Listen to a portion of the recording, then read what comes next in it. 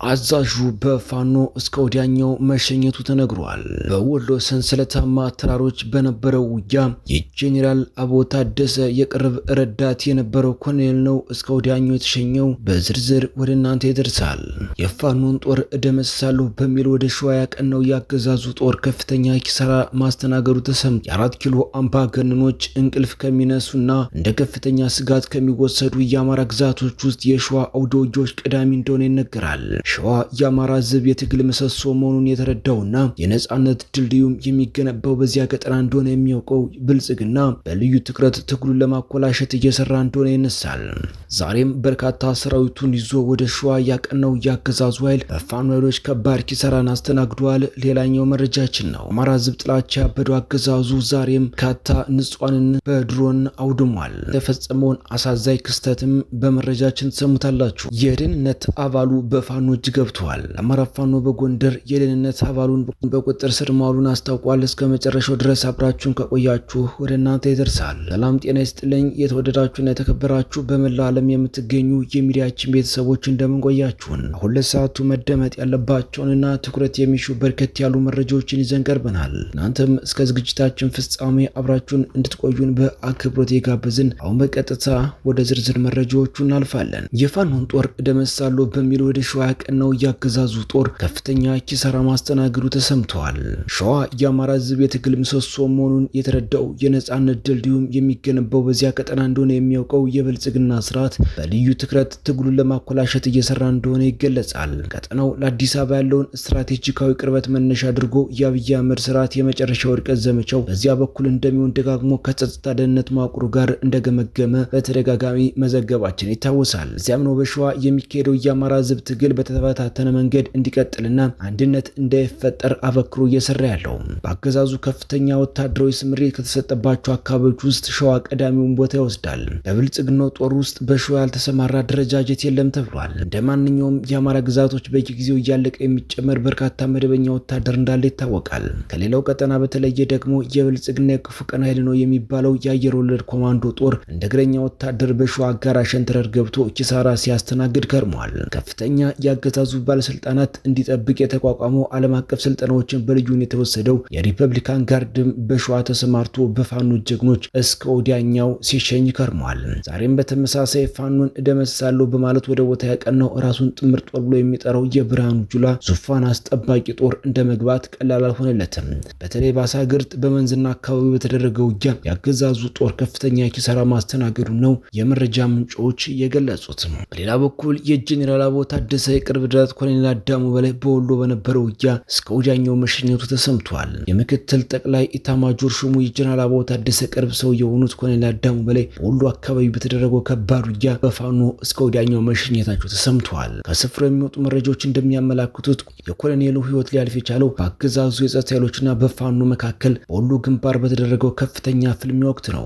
ኮሎኔሉ የጄኔራል አበባው ታደሰ የቅርብ ረዳትና በወታደራዊ መዋቅር ውስጥ ጉልህ ሚና የነበራቸው መኮንን እንደነበሩ እየተነገረ ይገኛል። ሁላይ የአብይ አህመድ ወታደር በገባበት ሁሉ ከባድ ኪሳራን እያስተናገደ እየተሸነፈ መፈርጠጥን እየተንበረከከ መማረክን ልማዱ አድርጎ ቀጥሏል። ባለፉት 3 ዓመታት የተካሄደው የነፍጥ ትግልም የአማራነትን አሸናፊነት መሆኑን በተግባር ያሳየ ድል ነው ተብሏል። የአማራ ሕዝብ በመንግስታዊ ስርዓት የደረሰበትን ግፍና በደል ለመመከት በአዲሱ ትውልድ የተለኮሰው ህዝባዊ ቢተኝነት የሁሉም አማራ ተሳትፎና ድጋፍ እንደ ጉልበት ተጠቅሞ አገዛዙን እያንበረከከ በድል እያሸበረቀ በአሸናፊነት ከፍታው ላይ ይገኛል። ይቻል እንደ ህዝብ አማራን ከምድረ ገጽ ለማጥፋት ቢያንስ ግን በባርነት አንበርክኮ ለመግዛት አስቀድሞ በከደሙለት የባዕዴን ብልጽግናዎች እየታገዘ ጦር ያዘመተው ስርዓት ባልጠበቀው ሽንፈት ሀገራዊ ብቻ ሳይሆን አጉራዊና ዓለም አቀፋዊ መዋረድ ደርሶበታል። በሽንፈቱ ሀብረት የማይሰማውና ባልሞት በተጋዳይ እንጥፍጣፊ ድሉን እየሞከረ ያለው የአብይ አህመድ ዙፋን ጠባቂ ኃይል በአማራ ግዛቶች በየስርቻው እየገባ እስከ ወዲያኛው እየተሸኘ ይገኛል። ፋኖም ለህዝባዊ ጭፍጨፋ የተሰማራውን የብልጽግና ሰራዊት እስከ ወዲያኛው የሸኘ ነጻነቱን በክንዱና በንፍጡ እያወጀ ይገኛል። ውጊያዎች አሁንም ተጠናክረው የቀጠሉ ሲሆን በወሎ ምዕራባዊ ቀጠና የአማራ ፋኖ ከአገዛዙ ኃይል ጋር አስደናቂ ፍልሚያ እንዳደረገ ታውቋል። በላስታ ግንባር ደግሞ ገነተ ማርያም አካባቢ ላይ ፋኖ በወሰደው እርምጃ 16 የአገዛዙ ወታደሮች እስከ ወዲያኛው ተሸኝተዋል። በአፋብን ወሎ ቤተ አማራ ምኒልክ ዕዝ 303ኛ ግዙፍ አሳምነው ኮር ካል የሆነው 21ኛ ክፍለ ጦር ልዩ ዘመቻና ሁለተኛ ቃኞች በጥምረት ላስታ ወረዳ ገነተ ማርያም መገንጠያ ደባራይ ተብሎ ከሚጠራው ቦታ ቦታ ላይ የነበረውን ያገዛዙ ጦር ከፊሉን እርምጃ መውሰድ ገሚሱን በማቁሰል በአካባቢው እንዲጸዳ አድርጎታል የተባለው። በጎንደር ደግሞ የደህንነት አባሉ በፋኖ እጅ መግባቱ ተነግሯል። በአርበኛ ክንዱ ቆስ በሚመራው በየምድር ክፍለ ጦር በቁጥጥር ስር የዋለው የብልጽግናው ደህንነት አባል በጄኔራል ብርሃኑ በቀለ በዳዳ ከሚመራው የብልጽግና ሰሜን ምዕራብ እዝ አባል የነበረ መሆኑን አስታውቋል። የብልጽግናው ደህንነት አባል በቁጥጥር ስር የዋለው ለስለላ የተሰማራ መሰረታዊ ወታደራዊ እሸቱ ከበደ ንጉስ የሚባል ሲሆን የሰሜን ምዕራብ እዝ 11ኛ ክፍለ ጦር አባል እንደሆነ ግን የታሪክ መዝገቡ ያመለክታል። ፋኖን እንቅስቃሴ መረጃ ለመሰብሰብ በፋኖ ነፃ ቀጠና ሰርጎ ሲንቀሳቀስ በሳንኪሳ ከተማ ቁጥጥር ስር መዋሉን የእኛ ኮር የህዝብ ግንኙነት ክፍል የስለላ እንቅስቃሴ በአይነ ቁራኛ ስንከታተል ከቆየን በኋላ በትክክለኛ ሰዓት እንደያዙት አስታውቋል።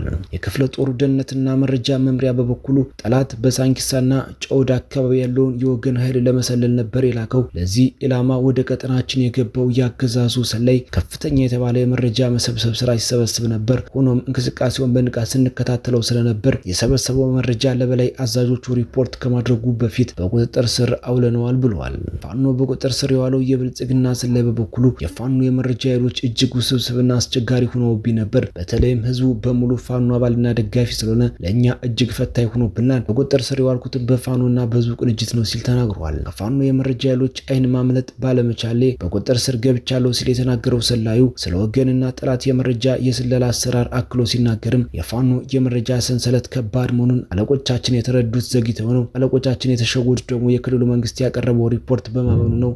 በተለይ ደልጊና ጨዋይት ያለው ሰራዊታችን የፋኖ ኃይል ትክክለኛ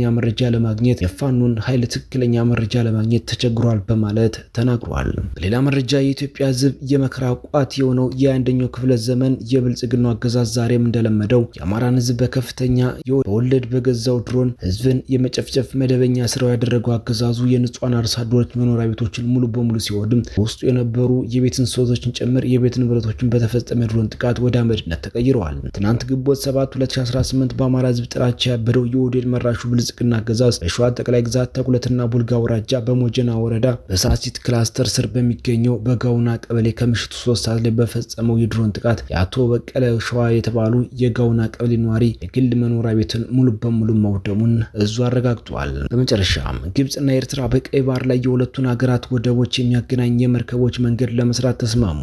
ግብጽ በዛሬው ዕለት ከኤርትራ ጋር የተለያዩ ስምምነቶች ተፈራርማለች። ከዚህ ስምምነቶች መካከልም በቀይ ባህር ላይ የሁለቱ ሀገራት ወደቦችን የሚያገናኝ የመርከቦች መንገድ መስራት አንዱ ሲሆን በተጨማሪም ግብጽ በባቡር በወደብና በማሪታይም ላይ ለኤርትራ ልምዷን ለማካፈል የሚያስችል ስምምነት ፈጽመዋል። ይህ እንዲህ ሆኖ ሳለ በተለይ በማዕድን፣ በትራንስፖርት፣ በመድኃኒትና በአሳ ምርቶች ላይ የሁለቱ ሀገራት የኢኮኖሚ ንግድ ትብብር ለማሳደግ የሚያስችል ስምምነት ላይም ደርሰዋል። እነዚህ ስምምነቶች ሊፈጸሙ የቻሉት ከፍተኛ የግብጽ ባለስልጣናት ወደ አስመራ መጓዛቸውን ተከትሎ ነው። ወደዚያ የተጓዙት የግብጽ የውጭ ጉዳይ ሚኒስተር በድል አልቴንና የትራንስፖርት ሚኒስተር ሌተናል ጀነራል ካሚል አልዋዚር ሲሆኑ ከፕሬዝዳንት ኢሳያስ አፈወርቂ ጋር ተገናኝተው መክረዋል። የተወደዳችሁና የተከበራችሁ በመላው ዓለም የምትገኙ የሚዲያችን ቤተሰቦች ለሰዓቱ የያዝናቸው መረጃዎች እነዚህን ይመስሉ ነበር። እናንተም እስከ ዝግጅታችን ፍጻሜ አብራችሁን ስለቆያችሁ ምስጋናችን ከልብ ነው። በሌላ አዲስ ወቅታዊ መረጃ እስከምንገናኝ በያላችሁበት ሁሉ ሰላምን ተመኘን። ጤና ይስጥልን።